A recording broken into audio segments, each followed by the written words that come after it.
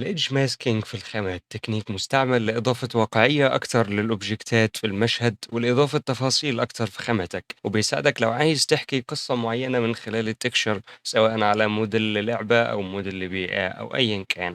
وطبعا في الحقيقة مفيش حاجة بتفضل بنفس حالتها، لكن مع الوقت بتلاقي إن بداية من الحواف البياض بيتقشر، البلاستيك بيتاكل، والحديد بيتخدش، أو التفاصيل ديت كلها اللي احنا بنحاول نحكيها في الخامات بتاعتنا، وبتفرق جامد جدًا في مستوى الtextures اللي بتعملها. من أفضل البرامج لصناعة الخامات هو الSubstance Painter، ومشهور فيه الSmart Materials والSmart Masks، فخلّينا نتعرف إزاي نعمل حاجة زيهم في Blender بدون الحاجة ليه وبشكل أفضل داخل Blender كلّه في بعضه. الموضوع كلّه معتمد على الbevel node، ودي استعمالها الأساسي إنك بتحطها في الnormal فبتدّيك effect الحواف الناعمة عاملة زي الbevel modifier لكنها في الخامة والrender بس، مش geometry فعلية. الAO node نتايجها مش كويسة زي الbevel node، ولكن ليها تطبيقاتها، وخلّينا نتكلم عن الbevel node. أنا عشان مفعّل الnode wrangler add-on هاتّك control shift على الnode فهالاقي الoutput بتاعتها ظاهرة على الmesh. إحنا هنستفيد من الbevel node بإن إحنا نستعملها مع texture coordinate node. هناخد الnormal output من الtexture coordinate ودوّة هو الnormal data بتاعة الobject اللي إحنا ضايفين له الmaterial، وهنحط الnormal في الnormal بتاع الbevel. بعد كده هنضيف vector math node وهنحولها للcross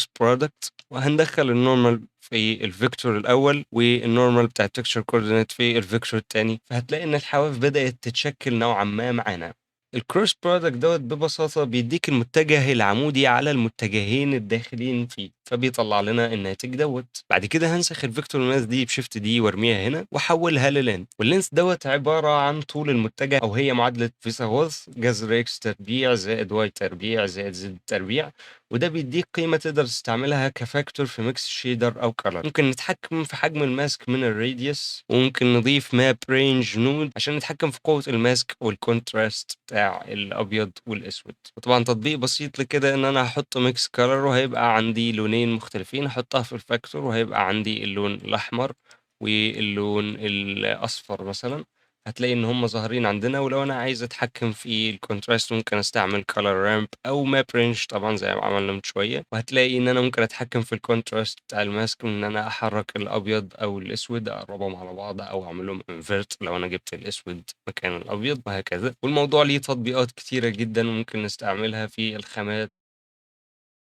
هل بقى هاسيبك كل ما تحب تعمل edge masking تعمل الخطوات ديّة، والّا تكسّل وما تعملهاش؟ وليه ما نعملش مجموعة ماسكات جاهزة للاستعمال في أي وقت زي ما painter فيه الsmart materials؟ فمن فترة بفضل الله كنت عامل مجموعة من الedge masks على جمرود مجانيًا للجميع، تقدر تستعملهم عشان تعمل edge masking في blender بكل بساطة وسهولة، والقيم عندك تعدّل عليها.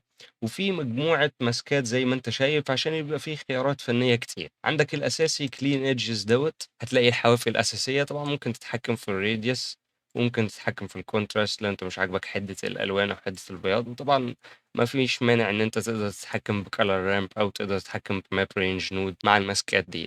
وعندك مثلًا dust edges بتلاقي إن في يعني شبه تراب على الحواف، وهتلاقي إن الeffect ممتاز جدًا. وعندك حوالي 12 ماسك هنا ممكن تجرّب فيهم وتستعملهم لحد ما توصل للنتيجة اللي أنت عايزها. وعندك مثلًا noisy cracked edges ده هتلاقي إن شبه تصدعات في الحواف. عندك مثلًا scratches blind spots هتلاقي إن دوّة مش consistent زي الnoise التاني، وهتلاقي إن هو أجزاء موجودة وأجزاء مش موجودة عشان يدّي شوية عشوائية. وطبعًا ممكن تدمج كذا ماسك مع بعض بإنك تستعمل multiply أو add أو في mix color node ممكن برضه تجرّب فيها، هتلاقي إنه بيدّيك إفكتات أكتر ولحد فوق مخيلتك وسيح. بالنسبة للقيم الموجودة في حاجة زي هنا مثلًا الradius ده هتلاقيه موجود في كُلّه، دوّة عبارة عن حجم الحواف في الobject، وcontrast دوّة شدة البياض أو شدة السواد في الألوان، ودوّة بيحدد قوة الماسك. والcontrast radius دوّة عبارة عن هل في overall contrast والّا لأ، ودوّة بيساعد في بعض الماسكات لو في texture overall موجودة، لو أنت مش عايزها ممكن تقلل الcontrast radius دوّة. لو أنت عايز تضيف منها حاجة بسيطة هتقلله شوية بحيث إن هو ما يطغاش على بقية الobject. والgrunge scale دوّة بالنسبة للtexture الداخلية الموجودة زي التفاصيل الصغيرة ديّة، لو أنت عايز تكبّرها فهتقلل، ولو أنت عايز تصغّرها هتزوّد.